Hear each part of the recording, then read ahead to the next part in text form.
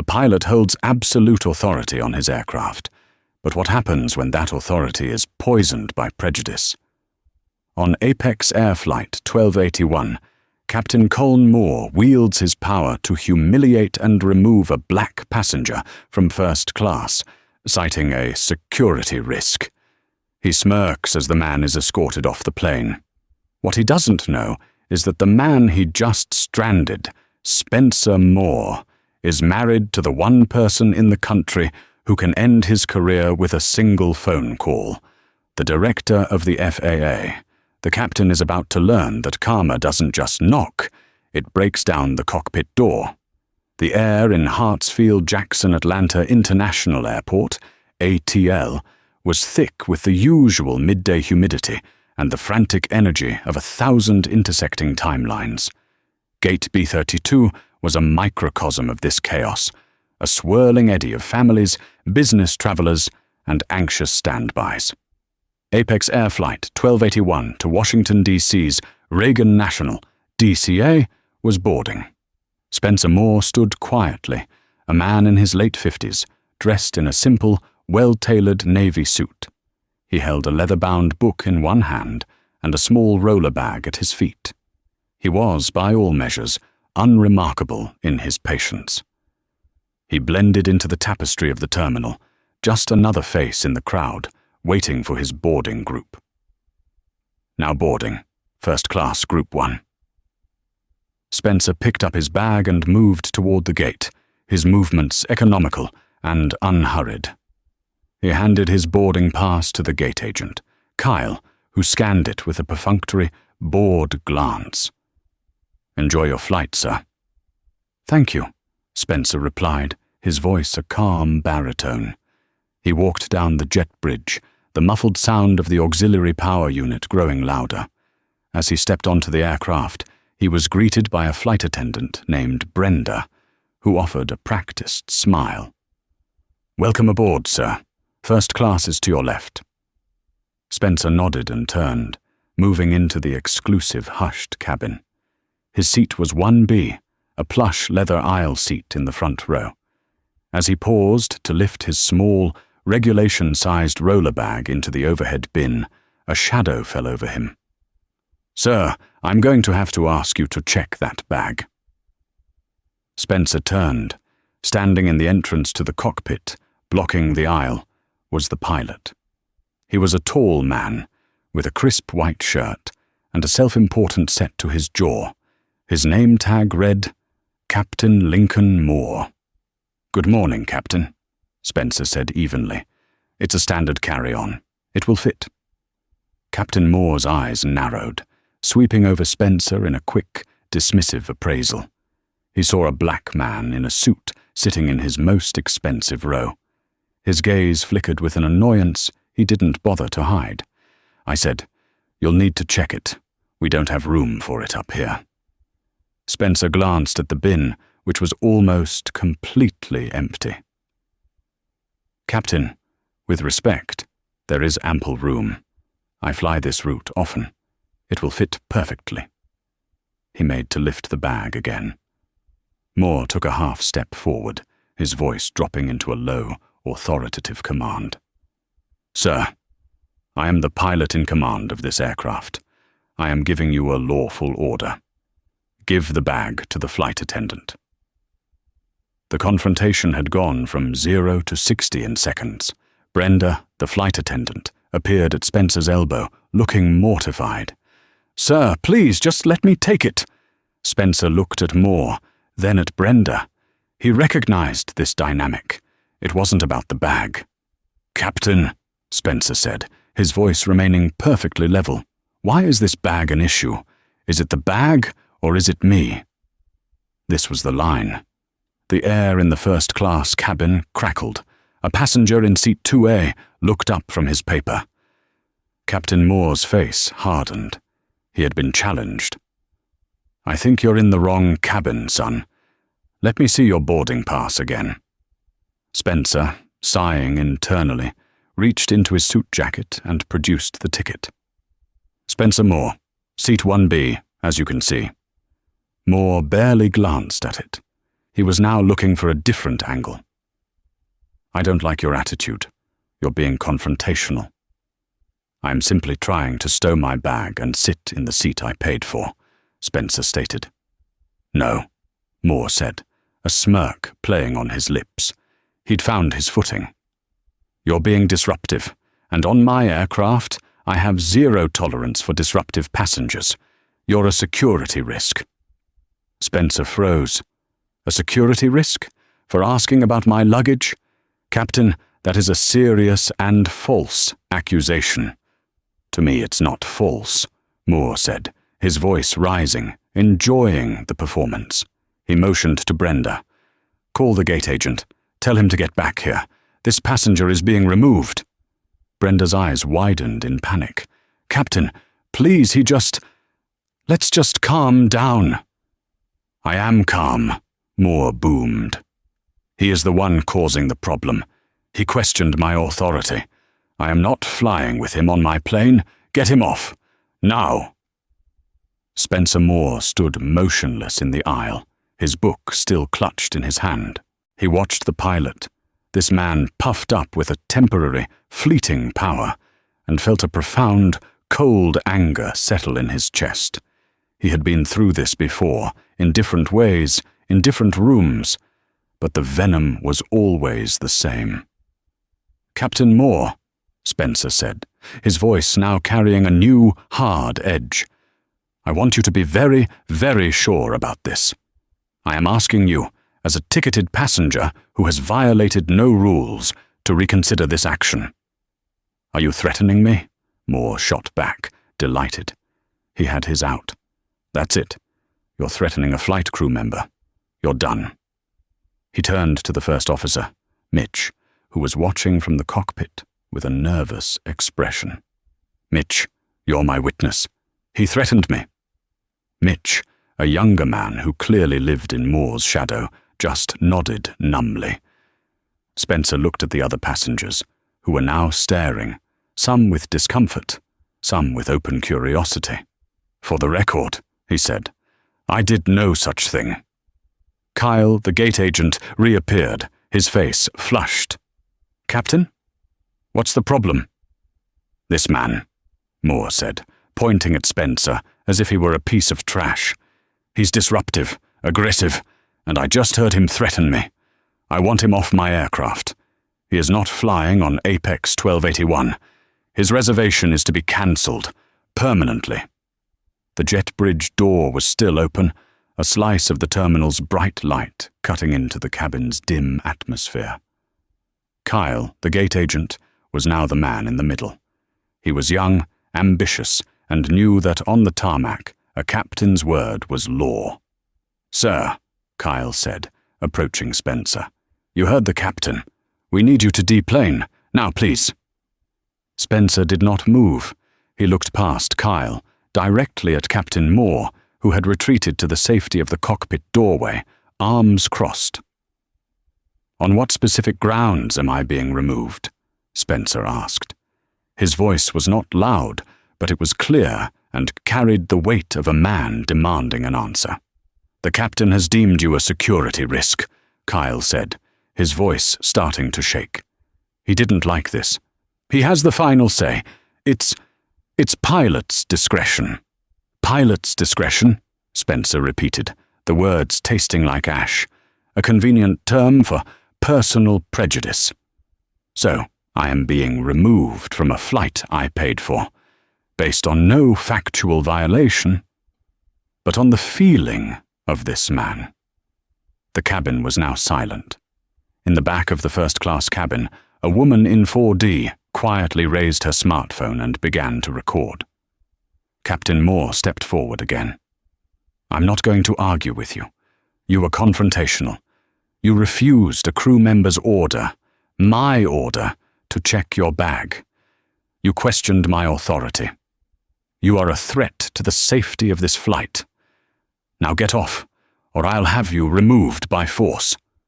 "Coln," First Officer Mitch murmured from the cockpit, a note of warning in his voice. This was escalating far beyond a simple disagreement. "Stay out of this, Mitch," Moore snapped. He turned back to Spencer, his face a mask of indignation. "Last chance.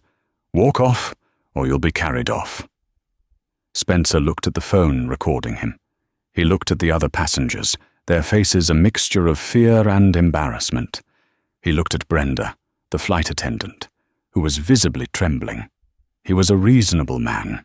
He knew that arguing further on this plane would only result in him being physically assaulted and arrested. He had to think bigger. He had to let the process play out. He let out a long, slow breath. He adjusted the lapels of his suit jacket. "Very well," he said. He picked up his roller bag from the floor where it had rested. "I will deplane. But I want everyone here to bear witness. I am Spencer Moore. I am a passenger in seat 1B. I have done nothing wrong. I have not raised my voice. I have not threatened anyone. I am being removed by Captain Lincoln Moore for what I can only assume are reasons of racial prejudice." "That's a lie," Moore roared. "You're disruptive. That's the reason. The videos will show the truth," Spencer said calmly. He turned to Kyle. "After you." He began the long, humiliating walk. He walked past seat 2A, where the man was now staring at him with pity. He walked past 4D, where the woman was still recording, her face pale. He walked out of the first-class cabin, through the galley, and to the main cabin door. Brenda, the flight attendant, met his eye for a split second. He saw shame in her gaze. She knew this was wrong, but she remained silent. Her silence was its own form of complicity. Spencer stepped off the aircraft and back into the jet bridge. Kyle, the gate agent, walked behind him, and with a metallic thud, pulled the heavy aircraft door shut. The latch engaged with a final, sealing hiss. Spencer stood in the stale air of the jet bridge, alone. He watched through the small porthole window as Kyle spoke into his radio. A moment later, the jet bridge began to retract from the aircraft with a low groan. He was stranded. He turned and walked the long tunnel back to the terminal. As he stepped out into the bright light of gate B32, several passengers waiting for other flights stared at him. The man who had been kicked off a plane. He ignored them.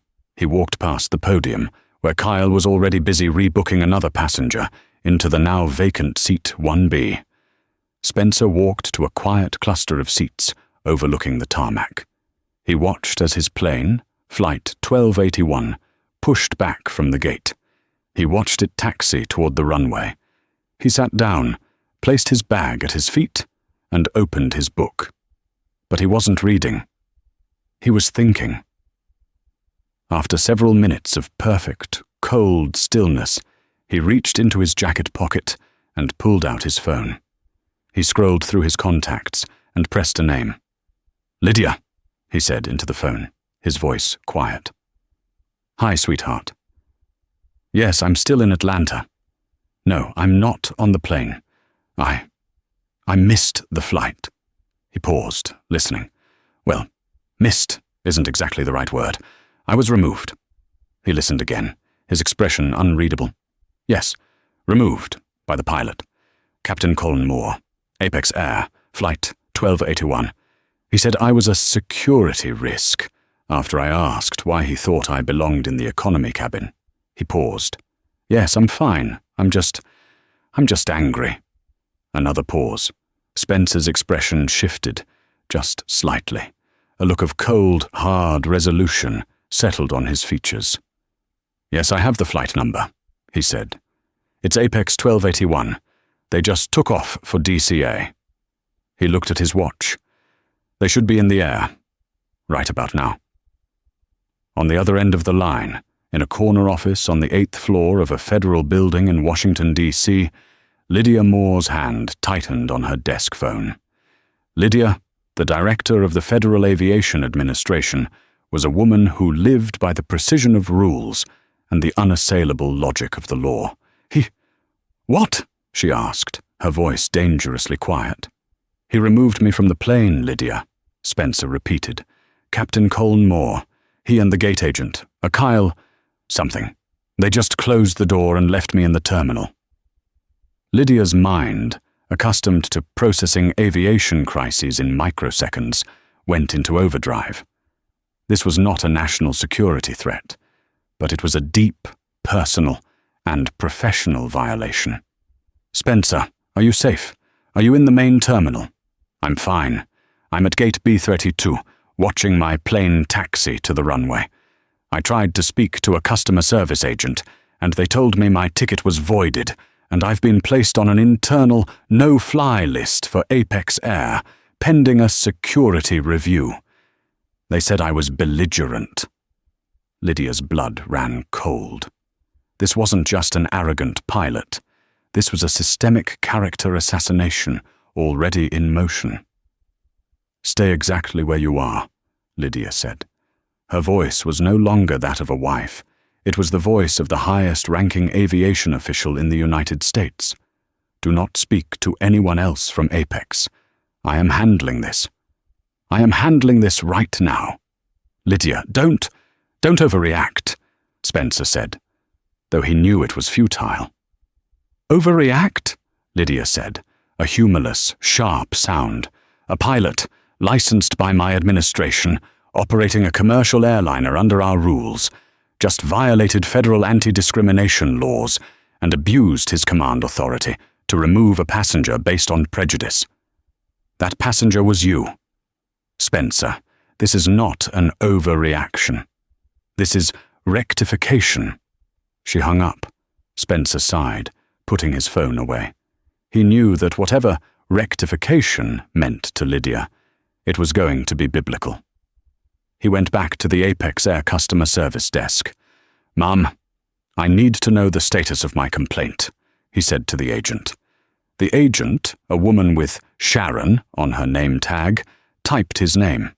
Mr. Moore, my system shows you were removed for non-compliance and belligerence. Your ticket is forfeit. We cannot rebook you. You will need to purchase a new ticket on another airline. You are currently not welcome on Apex Air. Spencer stared at her. The finality of it. The casual, corporate cruelty. So that's it. That's it, Sharon said, not looking up. Next. Spencer stepped away. He felt utterly powerless. Meanwhile, at 35,000 feet, Captain Colin Moore was feeling anything but. He was sipping a black coffee, his feet up on the dash, against regulations, but he didn't care. See, Mitch, he said, nudging his first officer. That's how you handle problem passengers. You don't negotiate. You don't discuss. You assert. My plane. My kingdom. That guy. Spencer Moore thought his fancy suit bought him the right to question me. First Officer Mitch stared uneasily at the clouds. I don't know, Colin. He seemed calm, and that bag absolutely would have fit. What if he files a complaint? He said prejudice. That's a bad word. Let him. Moore scoffed. It's my word against his. Who are they going to believe? A decorated captain with 20 years of perfect service, or some random, uppity guy in 1B? The flight attendants will back me. You'll back me. My report is already filed. Passenger became aggressive, refused crew instruction, and issued a veiled threat. End of story. He'll be on the national no-fly list by the time we land. Mitch swallowed. He knew what he saw. He knew Spencer Moore hadn't been aggressive. He knew this was Colin Moore on one of his power trips. But Colin was the captain. Colin signed his hours, and Colin could make his life hell. So Mitch said nothing. Whatever you say, Captain, Mitch mumbled. That's right, Moore said, smiling. Whatever I say. He was about to take another sip of coffee when a small, digital printer in the center console whirred to life. It was the ACAR's Aircraft Communications Addressing and Reporting System, a text messaging system for pilots. Mitch tore off the message. He read it, and his face went pale. What? Moore demanded. Annoyed at the interruption, Mitch read it aloud. From Apex Dispatch. Urgent. Captain Moore, upon receipt, contact Apex Operations Director on frequency 131.555. This is a Priority 1 directive. Moore frowned. Priority 1? For what? Did we forget a bag? He put his coffee down and switched the radio. Apex Ops. This is Apex 1281. The voice that came back was not the usual relaxed tone of the operations director. It was tense, high-pitched, and terrified. Apex 1281, be advised we are receiving a direct, mandatory order from the FAA National Command Center in Warrenton. Captain, you are to divert. Moore nearly choked. Divert? On what grounds? We have no maintenance issues. Weather is clear all the way to DCA. Divert where? They're not giving a reason, Captain. They are ordering you to divert to Raleigh-Durham. RDU. Immediately. The hell I am, Moore snapped. That's 200 miles out of our way. It'll cost a fortune in fuel. On whose authority? There was a pause. The static on the radio seemed to grow louder. On the authority of Director Lydia Moore, personally. She has issued a national security action. Captain, what did you do? Moore's blood turned to ice. Director Lydia Moore. He knew that name. Everyone with a pilot's license knew that name. She was, quite literally, the Queen of the Skies. That's not possible, Moore stammered. A national security action? For us? There must be a mistake. No mistake, 1281. The radio crackled again, this time with a new, colder voice. It wasn't Apex, it was Air Traffic Control. Apex 1281. This is Washington Center. Per a mandatory directive from the FAA Command Center, you are instructed to turn to a heading of 190. Descend and maintain flight level 240. You are being diverted to Raleigh-Durham for a security matter. Vectoring begins now. Moore's hands were shaking. He looked at Mitch. A security matter. We don't have a security matter. The only... Oh my God, Mitch. The passenger in 1B. Mitch was white as a ghost. Colonel, what did you do? Just fly the plane, Moore yelled, his bravado evaporating, replaced by pure, uncut panic. Just fly the plane. Back in Atlanta, Spencer was about to try a different customer service desk when he heard his name called. It wasn't just called, it was shouted with a rising note of panic. Mr. Moore! Mr. Spencer Moore! Spencer turned. A woman in a sharp red Apex Air blazer was running, literally running, through the terminal toward him. Her name tag identified her as Ms. Jenkins, the station manager. Her face was ashen, and she was trailed by 2 other agents. Mr. Moore, sir, she said, panting as she reached him. Please come with me. Right this way, sir. Spencer stood his ground. I was just told by your agent that I am banned from this airline. I'd prefer to stay right here and contact my lawyer. No, Jenkins said, a bead of sweat on her forehead. No, sir, that was a mistake. A terrible, terrible mistake. A data entry error. Please, sir. She practically wrung her hands. We have our premium lounge, the Apex Sky Club. We have a private room for you. Please. Spencer looked at her. The shift in tone was palpable. The power had, at last, transferred. A data entry error, he said flatly. I see. This way, sir. We are so sorry for the inconvenience. He allowed himself to be led. They didn't just walk him to the Sky Club. They escorted him, like a visiting head of state. Jenkins swiped her MasterCard, and the doors opened into a quiet oasis of polished wood and free champagne. They walked past the main bar, past the clusters of comfortable chairs, and to a frosted glass door at the very back marked Private. Inside was a small, plush conference room. Jenkins gestured to a chair. Please, sir, can I get you anything? Water, Coffee. A full meal. A water would be fine, Spencer said, sitting. Answer, Jenkins said, holding a desk phone out to him with a trembling hand. Our Chief Executive Officer, Mr. Donovan. He's on the line. For you. Spencer took the phone. The grovelling had begun. This is Spencer Moore. The voice on the other end was frantic. A billion-dollar executive who sounded like he'd just seen his stock portfolio evaporate. Mr. Moore! Mr. Moore! This is Frank Donovan, CEO of Apex Air. Sir, I cannot find the words. I have just been off the phone.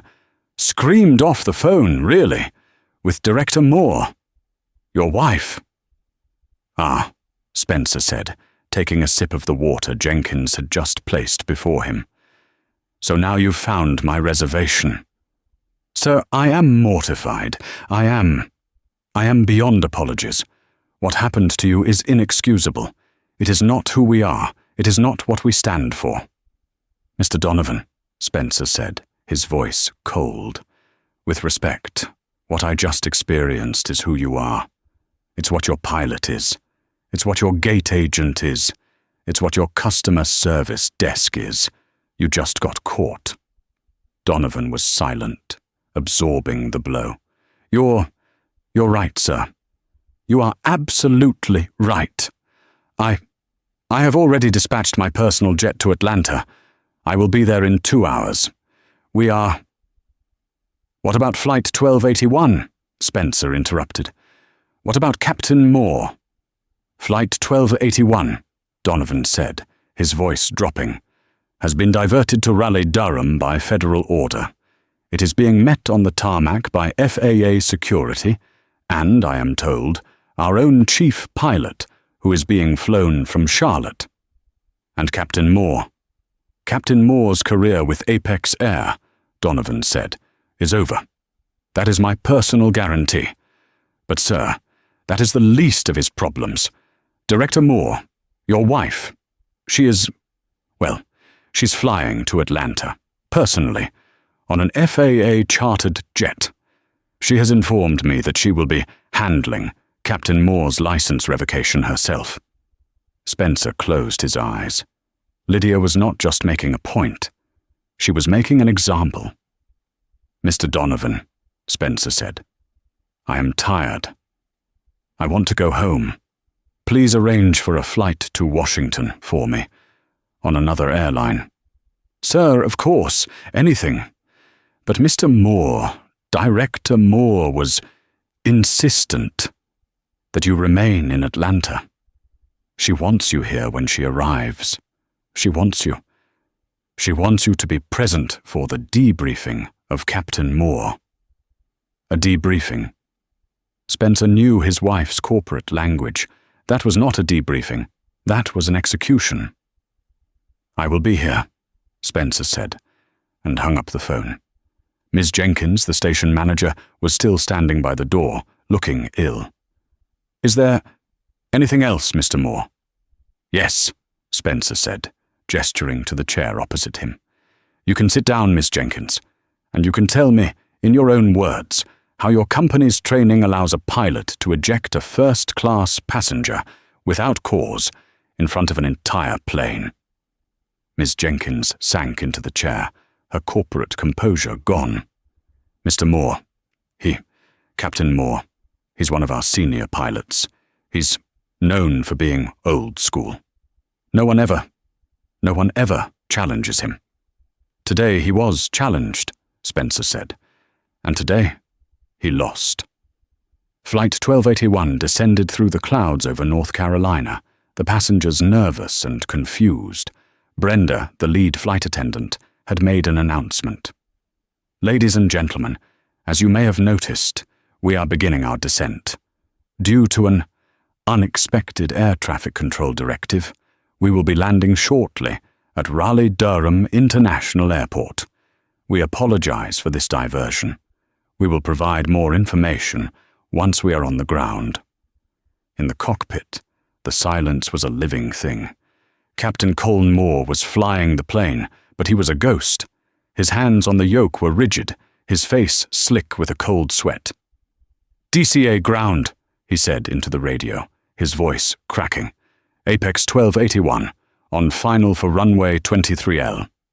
"Apex 1281, cleared to land," the RDU tower controller replied. "Be advised, once you have vacated the runway, you will not proceed to the gate. Taxi to the remote hard stand, area Delta 12. Hold position there. A ground crew will meet you. Do not, I repeat, do not shut down engines until instructed." "Delta 12? Mitch stammered. That's the cargo bay, the quarantine zone." Moore said nothing. He landed the plane with a jarring, uncharacteristic thud. He taxied the massive aircraft, following the glowing green lights to the most isolated corner of the airport. As they rolled to a stop, the sight outside the cockpit window was like something from a movie. The hard stand was lit by portable, high-intensity floodlights. Ringing the area, in a loose semicircle, were 3 black SUVs with government plates, 2 RDU airport police cruisers, and a van marked FAA Security. "Colne," Mitch whispered, his voice trembling. "They think we're terrorists. They've got the feds here." "Shut up, Mitch," Moore hissed. "Let me think." A man in a dark suit, wearing an FAA lanyard, walked out from behind one of the SUVs and approached the aircraft. He spoke into a handheld radio. A second later, Moore's cockpit radio crackled. "Apex 1281, this is FAA Agent Cole, ground supervisor. You are to shut down your engines. You will not deplane passengers. You will remain in the cockpit. We are sending stairs to the L1 door." Moore, numb, followed the engine shutdown checklist. The roar of the turbines died, replaced by an eerie, heavy silence. In the cabin, passengers were crowding the windows. "Why are there police?" someone yelled. Brenda's voice came over the intercom, shaking. "Ladies and gentlemen, please remain in your seats. This is a security inspection. Please, stay seated." A few minutes later, the L1 door was opened by Brenda. Standing on the mobile staircase were FAA Agent Cole, 2 uniformed RDU police officers, and a man in an Apex Air pilot's uniform, his face like thunder. It was Captain Mark Hines, the airline's chief system pilot. "Brenda, secure the cabin. Do not let anyone leave their seats," Hines commanded. He didn't even look at her. He stormed past her, into the galley, and ripped open the cockpit door. Captain Colne Moore and First Officer Mitch spun around in their chairs. "Mark," Moore said, his voice weak. "What in God's name is going on?" "You," Hines snarled, his voice a low, furious growl. He was shaking with rage. "You stupid, stupid son of a—" He visibly restrained himself. "Get out of those seats, both of you. Mark, you can't come onto my flight deck and—" "It's not your flight deck," Hines roared. "Not anymore. Get out, now." Moore and Mitch unbuckled, fumbling with their harnesses. They stood up in the cramped space. Agent Cole and the 2 officers filled the doorway. "Captain Lincoln Moore, First Officer Mitch," Agent Cole said, his voice flat and official. "Yes?" "Your flight credentials, sir, your airline transport pilot license, and your medical certificate. Hand them over." Moore's world tilted. "What? You can't— You don't have the authority." "I do," Agent Cole said. "As of 10 minutes ago, by direct order from the director, your licenses are provisionally suspended, pending an immediate investigation into violations of Title 49, U.S. Code, Section 44902, regarding the refusal to transport a passenger and multiple potential civil rights violations. Hand them over, now." Moore, his hands shaking so badly he could barely function, reached into his flight bag and pulled out his wallet and his credentials case. He handed them to the agent. "What is this?" Moore pleaded. It was a disruptive passenger. He was a threat. I made a command decision." Agent Cole looked at him, his expression one of utter contempt. "The passenger you removed, Captain, was Spencer Moore." "I don't care who he is," Moore yelled, his voice cracking, a last burst of his broken bravado. "You should," Agent Cole said, his voice dropping. "He is the husband of Lydia Moore, the director of the FAA, the woman who just suspended your ticket." The blood drained from Colin Moore's face. He looked like he had been physically struck. He understood, in that horrifying instant, that his life was over. He stumbled back, grabbing the bulkhead for support. "Oh, no," he whispered. "Oh, no, no, no, no." First Officer Mitch just stared, his mouth open, silent tears of pure terror streaming down his face. "You're both relieved of duty," Chief Pilot Hines said, his voice dripping with disgust. "You will be escorted to a secure room. You will not speak to anyone. You are flying back to Atlanta. On my jet. To meet with Mr. Donovan. And," he added, his voice grim, "with Director Moore. She's waiting for you." The Apex Sky Club private conference room at Hartsfield-Jackson had been transformed. It was no longer a lounge. It was an inquest. Spencer Moore sat at one side of the long, polished table, a fresh bottle of water untouched before him. At the head of the table sat Lydia Moore. She had arrived on her FAA-chartered Gulfstream 40 minutes prior, and she had not said a single word to the assembled, terrified airline executives. She simply sat, her posture perfect, radiating an aura of cold, compressed fury. Next to her sat Frank Donovan, the Apex CEO. He had, as promised, flown in on his own jet, and he looked like a man who hadn't slept in a week. Two of the airline's executive vice presidents and a very expensive-looking lawyer sat opposite Spencer, their notebooks open, their pens poised. The door opened. Ms. Jenkins, the station manager, escorted Captain Colin Moore and First Officer Mitch into the room. They had been stripped of their uniforms. They were wearing rumpled civilian clothes they had clearly travelled in. Moore's face was a mottled red and grey, his eyes wide and bloodshot. Mitch looked like a child about to be sentenced. They were followed by Captain Hines, the chief pilot, who stood by the door like a guard. "Sit," Lydia Moore said. It was her first word. Her voice was not loud, but it cut through the room like a scalpel. Moore and Mitch scrambled into the two empty chairs at the far end of the table, as far from Lydia as possible. There was a long, terrible silence. Lydia stared at Colin Moore, her gaze unblinking. Moore tried to meet it, failed, and stared at the table. "Captain Lincoln Moore," Lydia began. Moore flinched. "I am Director Lydia Moore. This," she gestured to Spencer, "is my husband. But we'll get to that. First, I want you to look at me and tell me your version of the events on Flight 1281 this morning." Moore swallowed, his throat clicking.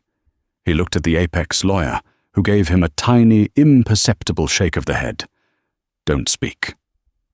I believe I should have my union representative," Moore began. "This is not a union hearing, Captain," Lydia snapped. "This is an FAA security inquiry. Your union representative is waiting outside with the other lawyers. Right now, I am asking you a question. You are a licensed pilot, and I am the administrator. You will answer me. Why did you remove a ticketed passenger from your aircraft?" Moore, trapped, fell back on his one, thin defense. He was being disruptive. He was non-compliant. He refused my order to check his bag. I felt he was a threat to the safety and security of the flight. Lydia nodded slowly. "A threat. A security risk. Those are your words. You cited, I believe, your authority under 91.3, pilot in command. You felt his attitude was threatening." "Yes, exactly," Moore said, grasping at the straw. "His attitude was aggressive." Lydia turned her head slightly. "Spencer, was your attitude aggressive?" Spencer Moore spoke for the first time. He looked directly at Moore. "I asked you, Captain, why you thought my bag wouldn't fit in an empty bin. Then I asked you if you thought I was in the wrong cabin. Then I asked you on what grounds I was being removed. Is that aggressive, Captain? Or was it just questioning?" Moore's face flushed. You were undermining my authority in front of the passengers." "No," Lydia said, her voice dropping again. "He was exposing your prejudice." She tapped her tablet, which was connected to a large monitor on the wall. "This, Captain, is a video taken by the passenger in seat 4D. Let's watch." She pressed play. The room was filled with the sounds from the cabin, Moore's voice, loud and arrogant. "I said, you'll need to check it." Spencer's voice, calm and even. "Captain, with respect, there is ample room." And then Moore's. "I don't like your attitude. You're being confrontational." The video was damning. It showed Spencer, calm. It showed Moore, aggressive and accusatory. Lydia stopped the video. "Strangely, Captain, your version doesn't match the recording. Nor," she continued, her voice turning to ice, "does it match the cockpit voice recorder, which my team at RDU pulled." Chief Pilot Hines winced. Pulling the CVR was a massive step, reserved for accident investigations. "First Officer Mitch," Lydia said, turning her attention to the younger man, who jumped as if struck by electricity. "The CVR indicates that approximately 5 minutes before landing in RDU, you said to Captain Moore, 'I told you this was a bad idea, Colin.' And Captain Moore, what did you say, just after takeoff? Do you remember?" Moore had gone completely white. Lydia provided the answer. "You said, and I quote, 'Some people need to learn their place.' Who exactly were you referring to, Captain?" Colin Moore's entire body slumped. It was over. The CVR was the black box, the ultimate truth-teller. He was finished. I, he stammered. "That's what I thought," Lydia said. She turned to the Apex CEO. "Mr. Donovan, you have a systemic problem. This was not a security removal. This was an abuse of power. This was an act of base, reptilian prejudice. It was a violation of federal law, a violation of your own carriage contract, and a violation of basic human decency." She then turned back to Moore, her face a mask of cold, professional rage. "Captain Moore, your career as a pilot is over. That is a given. But Mr. Donovan," she said, looking back at the CEO, "is the least of your problems. I am your problem." The final part of the meeting was not a negotiation. It was a sentence. The air in the Apex Sky Club conference room was so thin and cold that breathing itself felt like a conscious effort. Frank Donovan, the CEO, sat stiffly, his hands clasped so tightly his knuckles were white. The corporate lawyer next to him had a pen frozen over a blank page, a silent testament to the fact that there was nothing left to write. Spencer Moore remained still, his gaze fixed on the man at the far end of the table. Lydia Moore stood up. The simple movement was an exclamation point, drawing all focus. She placed her palms flat on the polished wood, leaning forward just slightly. Her voice, when she finally spoke, was not a shout. It was a low, precise, and unassailable instrument of judgment. "Captain Lincoln Moore," she began. Moore flinched as if his name were a physical blow. "We have established the facts. We have your own words from the CVR. We have the video from passenger 4D. We have the testimony of your first officer. We have your false security report. And we have your actions." She paused, letting the weight of the evidence settle. "You took a commercial airliner, a 200-ton vehicle entrusted to you by the public and by my administration, and you used it as a weapon to enforce your own personal, pathetic bigotry. You didn't just inconvenience a passenger, Captain. You violated the most fundamental trust placed in a pilot in command, the trust that you will use your authority for safety, and only for safety. Moore's mouth opened and closed, a dry, gulping motion. It was my record. 25 years. Your record, Lydia cut him off, her voice like ice, is what makes this worse, not better. It means for 25 years you've been a time bomb. Today you detonated. She looked at him, her eyes holding no pity, only a cold, professional fury. Effective immediately, the Federal Aviation Administration is issuing an emergency revocation of your airline transport pilot license. The words hit the room like a shock wave. The Apex lawyer audibly gasped. An emergency revocation wasn't a suspension, it was a deletion. It meant the FAA believed he was such an active, immediate danger to public safety that he could not be allowed to even touch the controls of a plane ever again. No, Moore cried out, a desperate, strangled sound. He shot to his feet, the chair scraping loudly against the floor. You can't do that. That's my life, my livelihood. I have a family.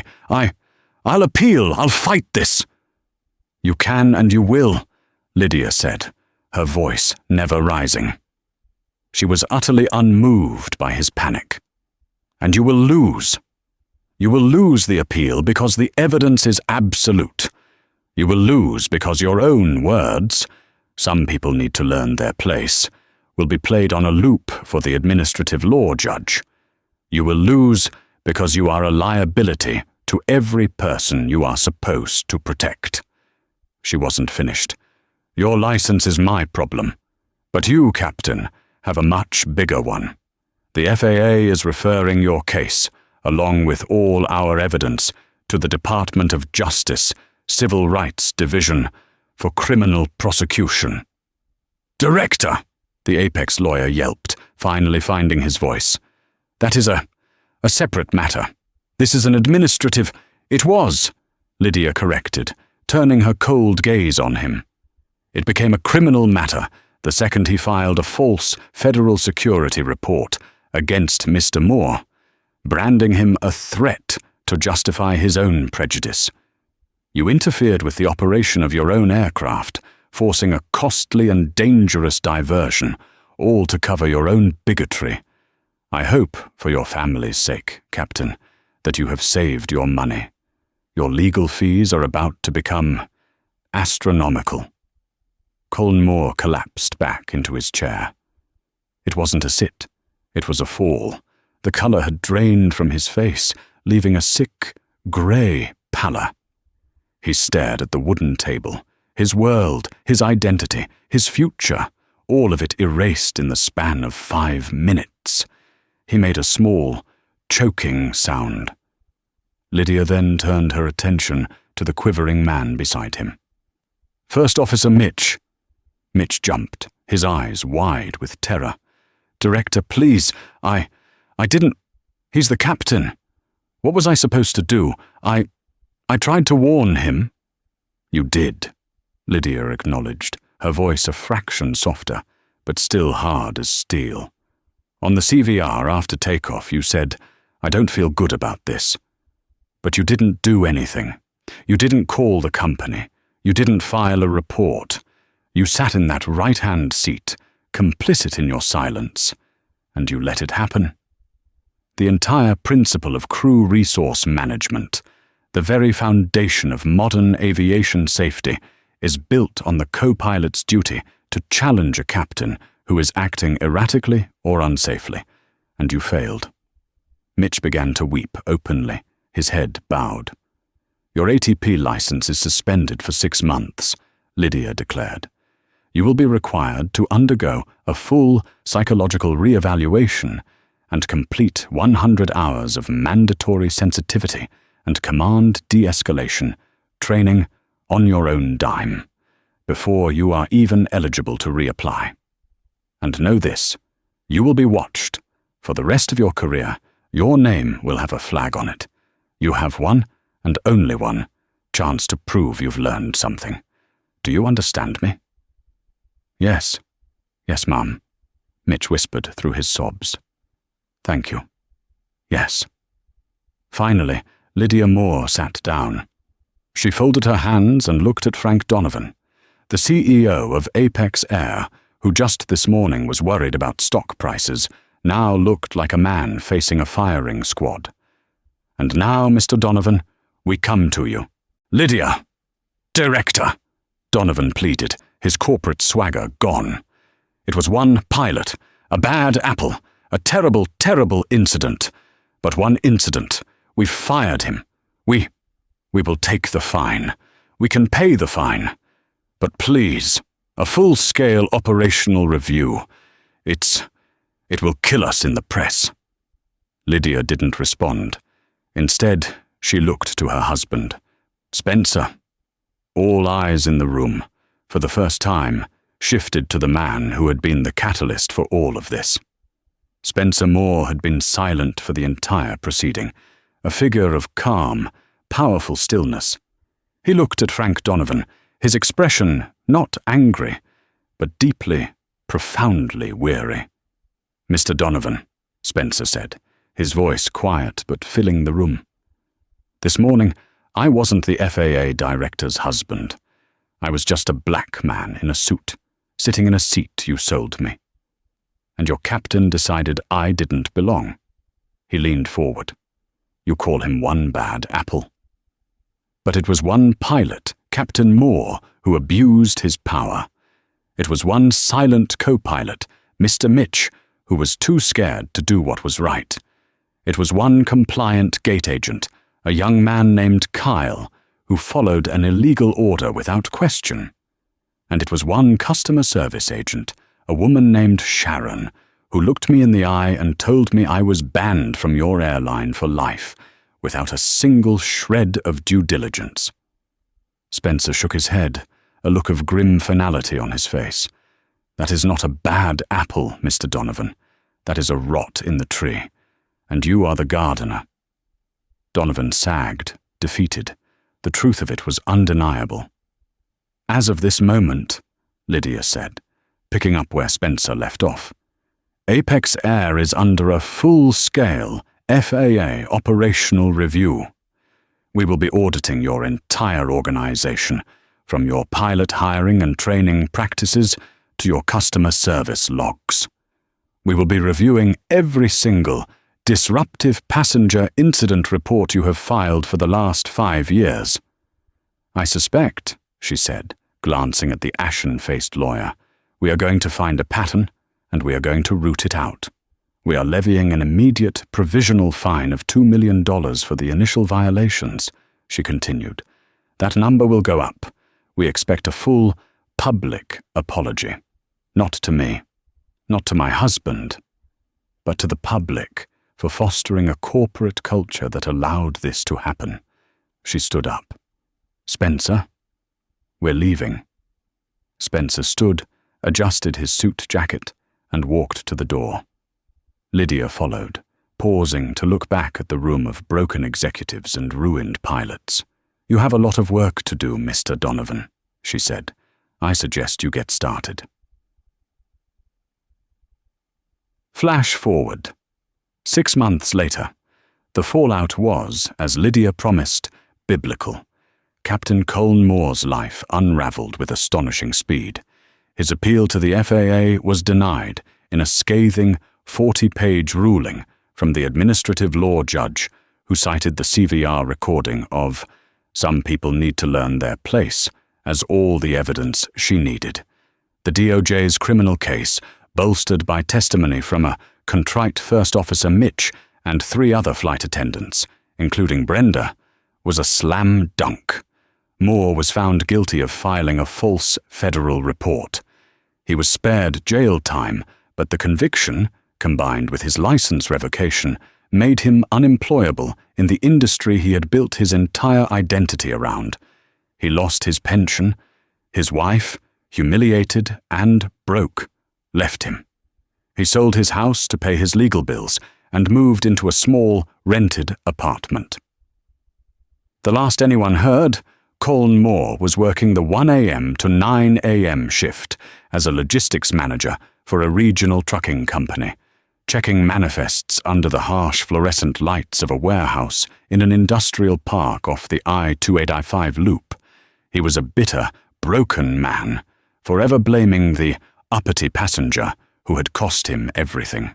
First Officer Mitch completed his suspension and his training. He sold his condo to pay for the classes and the psychiatric evaluations, which he took with genuine humility. He was rehired, but not by Apex. He now flew a 30-seat Embraer jet for a small regional carrier, flying puddle jumper routes in the snowy Midwest. One night, on a flight from Omaha to Des Moines, a nervous passenger refused to sit down, panicking about the ice on the wings. Instead of escalating, Mitch came out of the cockpit, knelt by her seat, and quietly, calmly explained the de-icing process until she was calm. He was a changed man, and for the first time, a truly good pilot.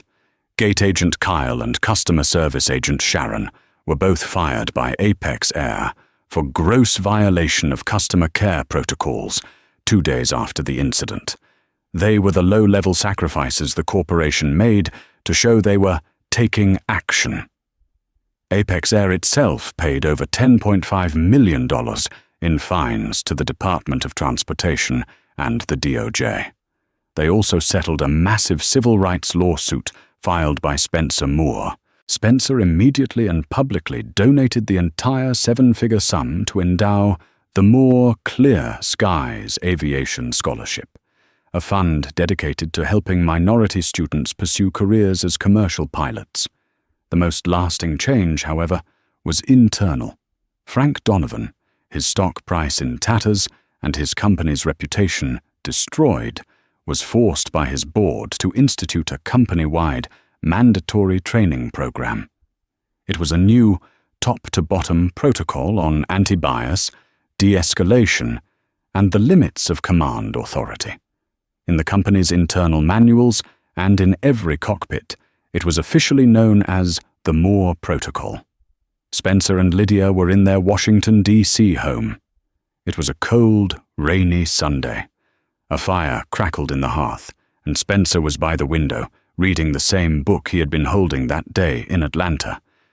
Lydia sat on the sofa, a thick DOT report in her lap.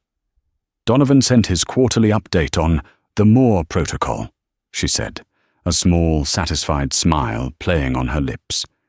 Their passenger complaints for bias-related incidents are down 82%, and their internal flags, crew members reporting other crew members, are up 500%. They're finally policing themselves. That's good, Spencer said, turning a page. Lydia closed the report and looked at her husband, at the man who had borne the humiliation with such impossible grace. It took all of this, all that noise, all that ugliness, just to get them to follow their own rules. Are you angry it took this, for it to happen? Spencer finally looked up from his book. He marked his page and closed it, placing it on the table. He walked over to the sofa and took her hand. "I'm not angry," he said, his voice thoughtful and clear. "I'm just glad that the next Spencer Moore, who gets on a plane, might just get to sit in his seat. The power a uniform holds is immense, but it is a trust, not a weapon." Captain Moore learned that lesson in the most public and permanent way possible. He didn't just lose his job, he lost his identity, his pride, and his future, all because he let prejudice blind him to the humanity of the man in seat 1B. He thought he was exercising authority, but he was only showcasing his own weakness. Spencer Moore didn't need to be the FAA Director's husband to be treated with respect, but his identity became the harsh light that exposed the rot in the system. This is a reminder that karma, especially at 30,000 feet, has a way of ensuring everyone lands exactly where they deserve. Thank you for watching. If this story resonated with you, please hit that like button, share it with someone who needs to see it, and be sure to subscribe to the channel for more true-life stories of karma and justice. What did you think of the pilot's actions? Let us know in the comments below.